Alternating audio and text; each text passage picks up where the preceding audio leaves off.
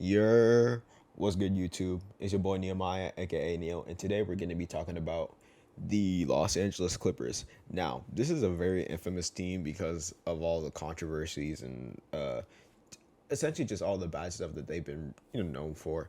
But I think that this team, at their full strength, if they are what I think they are my pick for the favorites as NBA 2023 champions. Now, let me get into why I think that. But first off, from the last video, I think you guys already know. But if you don't, I'm just bulk recording all of these videos. Probably for like the next 14, 15 ish videos, I'm going to be recording them and putting them out essentially almost daily. And if not, I don't have a video daily, then I'll have probably like a YouTube short. But I'll also try to post shorts daily. But that's another topic. So let's get into it. So the Los Angeles Clippers. So one of the reasons why I have this bold claim is because I just think that they're the best small ball team in the NBA. Now, I know that's a really bold pick because we have, the Golden State Warriors, but I think a lineup of Nicholas Batum, uh, Kawhi Leonard, not Draymond Green. I was thinking of the Golden State Warriors, but Paul George, maybe even Robert Covington. I didn't even know. But they also have the guy, John Wall. They have so much people that they could put in a small ball lineup, that it really makes it so that I think that they're just the best one. They have, they could put, I think that they could put even Kawhi at the five, maybe Paul George at the five, maybe even Marcus Morris at the five. Nicholas Batum, I already said, Robert Covington. These are just a bunch of guys who could play the four or the five, and that's really crazy for this team.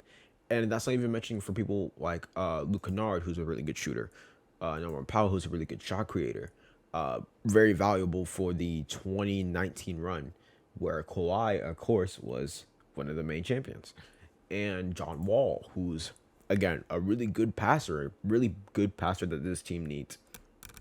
And a lot of the people who are really scared off of the Clippers are because of that and the Clippers curse. But the Clippers curse wasn't real, at least as of next year or last year. When we have a guy like Paul George just single handedly carrying this team, you can just see that this team does have what it takes to actually just come back from all the deficits that they faced in the later years. So I think that if Kawhi does come back, I think that the Clippers curse is just officially dead. But they just have a lot of players that they could just put on the floor. Brandon Boston Jr. Again, he had that really electric game if you guys remember. Amir Coffey's a really good player. Trey Mann, or Terrence Mann, excuse me. Thinking about the OKC Thunder. Zubac, like these are already 12-ish players. That's crazy, and I think that all these guys could get rotation minutes in any other team. If Trey Mann was on the Bucks, bro, I'd want him on that team. I would. Decent shooter, really good defender. I think that he really did take the leap this year, and even though his stats did go down, I think it's really justified because of the role that he's put in now. Norman Powell was a really good player. They essentially got him for free. Same with Robert Covington, and I think that Robert Covington did take the leap after he left the Portland Trailblazers. Yeah, he was a much better player after the Portland Trailblazers. This team is historically good for shooting, and guess who shot 45% last year on 4.7 threes a game? Robert Covington.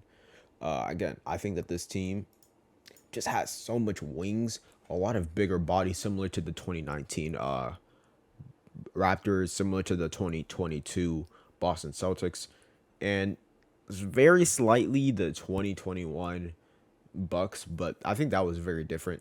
There's a reason why I think that team won compared to these guys, but that's a whole different topic. I think that John Wall is probably going to be the difference maker, though.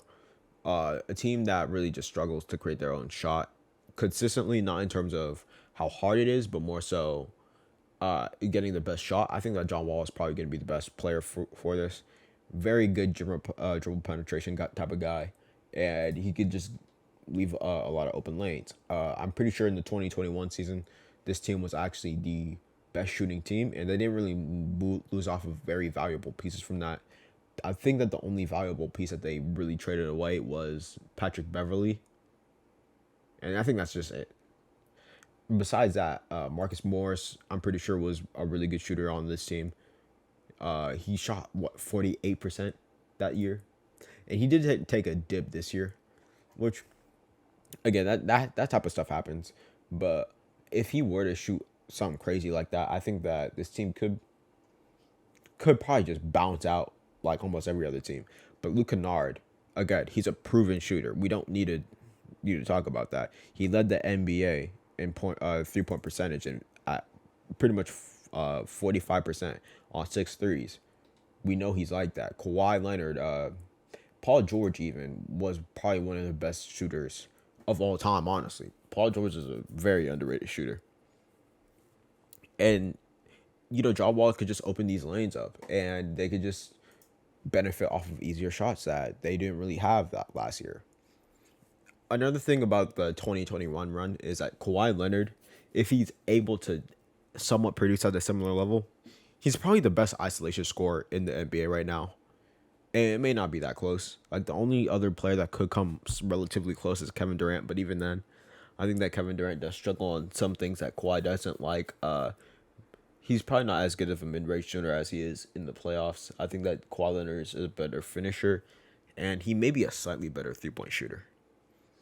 Not only that, I think that Kawhi Leonard gets to his spots more often, and that's the reason why he shot a ridiculous percentage from the 2021 run. I'm pretty sure he shot like 57% throughout the whole run, and he shot 60% against the Dallas Mavericks. Yeah, it was an insane run, and I think that if he could just replicate this, similar to what he did in the previous years, this team is probably not going to get beaten this next season. Let me look at the Dallas series. So in the Dallas series, he averaged 62% from the field. The first game, he shot 40%. That's insane. And even then, if we don't count that game, he shot around 65% from the. That's 19. Nah. Yo, Kawhi is probably like a top 5 player. No. Let me rephrase that. Kawhi is a top 3 player when he's healthy. And I think that if he's really healthy, this team is just the best team in the NBA. I'm sorry. Paul George, like, if you can't really tell what I'm talking about, I just think that there's just too many good players on this team. Just too many.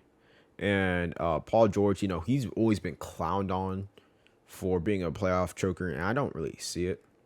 Maybe in the time where he was in OKC and last Clippers playoff run in the bubble, it really wasn't looking good for him. But besides that, I don't really see him being really bad in the playoffs. I think that actually no, he was really bad in that Indiana series versus the Cavs. That was really bad. But last year he was really good, especially when he was essentially just solo squatting the Jazz, and even though he didn't really play the best against the Jazz, no one really, or not the Jazz, the Phoenix Suns. Even though he didn't play the best against the Phoenix Suns, 42% from the field, not really great. Less than 30% from the 3-point line, not great again. He was a really good assist player, and he still averaged 28 points. Got to the line a lot, 7.7 free throws a game, and I just think that this team, if they can maximize on their talent, they will. So that's it. It's your boy Nehemiah, aka Neil, and I hope you guys are having a great one.